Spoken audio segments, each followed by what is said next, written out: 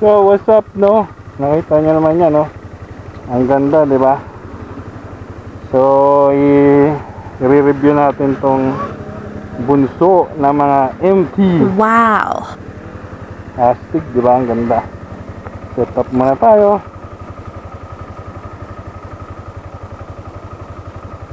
Diba? Isang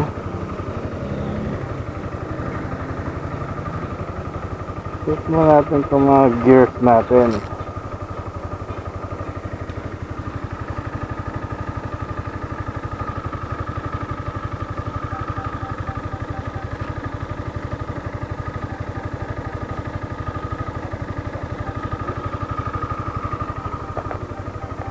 Okay, let's go, MT. There na. Oh yes, Daddy! Angas, diba?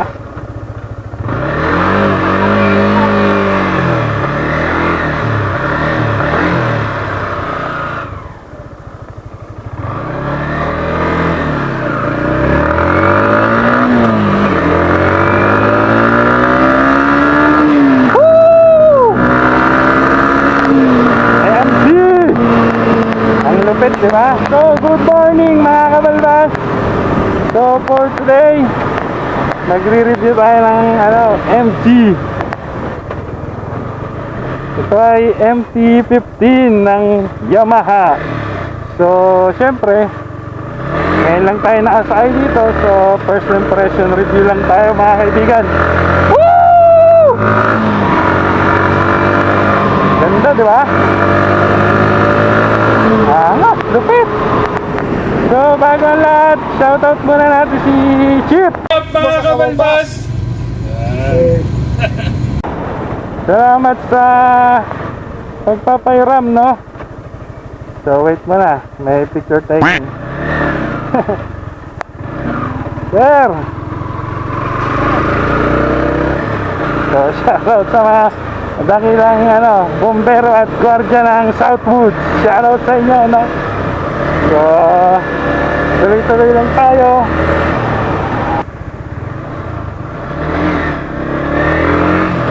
So, first impression, unang sakay ko, syempre yung looks, di ba?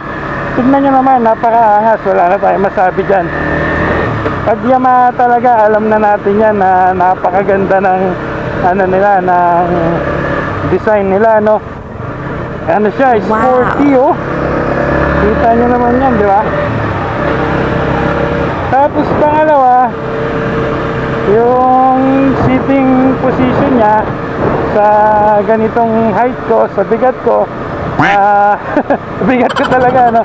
Hindi naman siya masakit sa likod, no? Unang sakay ko, okay naman yung sitting position niya. Siyempre, yung power tsaka engine niya, napakalupit. Alam mo na yan, MT. So MT, Master of Torque. Eh, wag na tayo magtaka dyan. Napakabilis talaga, oh. Oh, di ba? MT yan, eh. Tingnan natin yung brake. Wow, ang lupit ng brake. Yung brake niya, okay din yung brake niya, no? Sobrang kapit.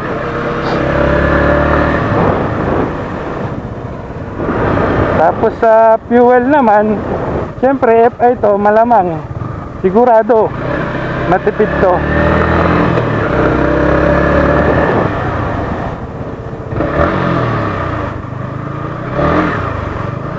So yung mahirap lang dito, no, hindi tayo sanay, yung busina niya nandito.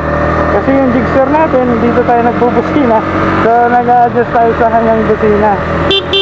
Oo, di ba? Ang ganda ng busina.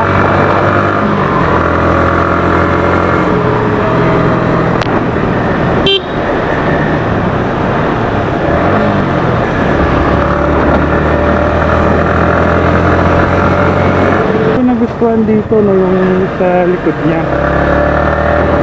Siguro pag umuulan, malamang puro tansik sa likod. Kasi kung nakikita nyo, yung niya, mudguard niya, hindi lalagyan. Eh, talagang tatalsik sa inyo sa sobrang wala siyang cover sa likod, no? So, Sigurado, ang ganda ng likod niyo pagkatapos ng ulan.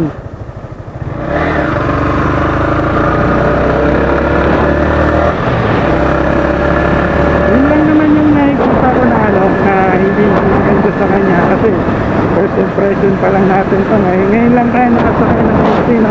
Grabe, ang ganda. Ang bilis. So kung bibili kayo ng MC, no? Ano to? Recommended tong MT-15. Grabe.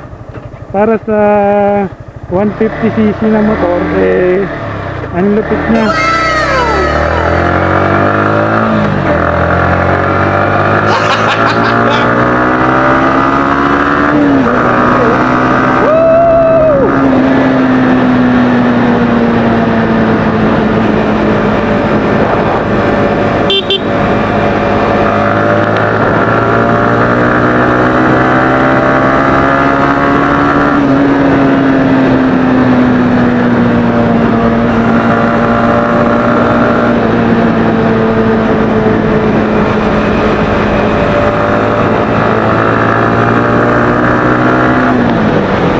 Sarap gamitin, mga idol. Grabe.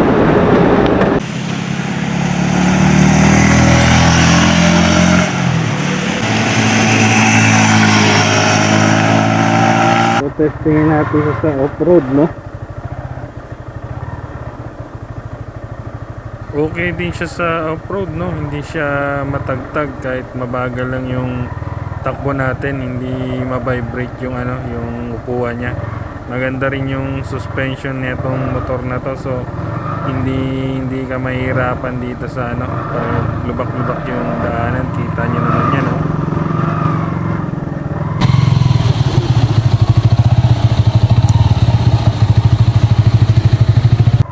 And that's all for today's vlog, mga friends. So I hope natulungan ko kayo sa ating MT-15.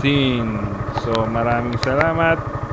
Goodbye. See cars and roads and years go by you down 155cc liquid cool engine. This high performance 150 Fi engine delivers agile and torquey acceleration.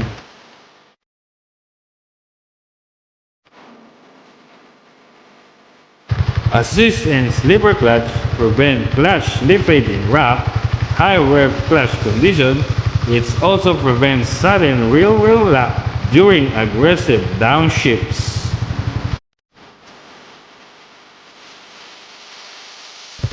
Empty body design.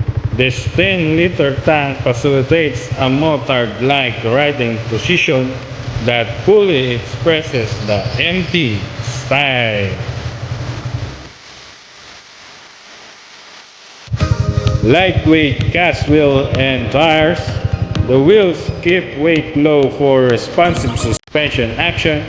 The front tire gives confident road control, while the wide rear tire delivers higher level of tractions. Upside down fork. These advanced features gives a smooth and progressive suspension with responsive control. Link-tight motocross suspension provides effective spring damping characteristics for various changes on road surfaces. And bold air scoops, a style that emboldens your ride. Empty color and graphics. The new design encompasses the dynamic style and bodyworks of the MT-15. This redefined attitude heightens the adrenaline when riding on the dark side of Japan.